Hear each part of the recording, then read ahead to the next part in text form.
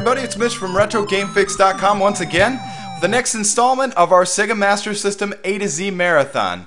This week we bring you none other than Alex Kidd in Doo-Doo Land, aka Alex Kidd in The Lost Stars.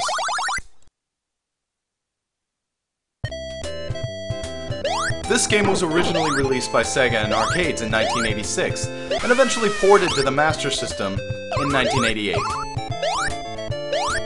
In this game, your goal is to travel through 6 unique levels twice to collect stars that were stolen by the evil who gives a crap.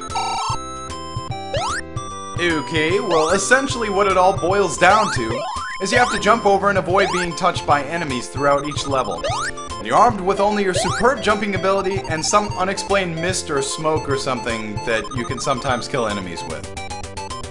And if you're killed by an enemy, Alex lets out the worst sound I've ever heard in my life, and you lose time. If you make it through each level without running out of time, you'll recover one of the stars from an object that's unique to each stage. The levels are all nearly interesting, with decent colors and a unique theme throughout. So basically, your enemies and obstacles in each level are unique to their own world. Parts of this game, in my opinion, are absolutely mind-numbing.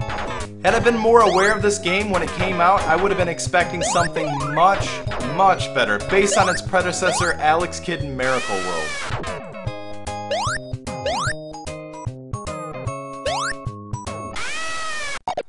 The only reason I kept this particular scene in is because we have the main character from Fantasy Zone. That's what that's supposed to be. One of the better games for the Master System.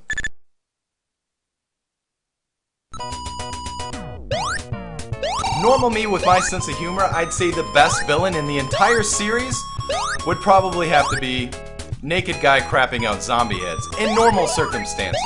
Now if it wasn't so obvious, and if this game didn't suck so hard, I probably would have laughed at some point.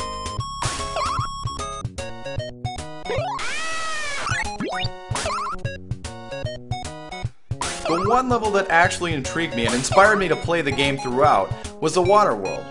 And honestly, I don't even know why. It was maybe that I was hopeful it was a sign the game was going to get better. Spoiler alert, it doesn't.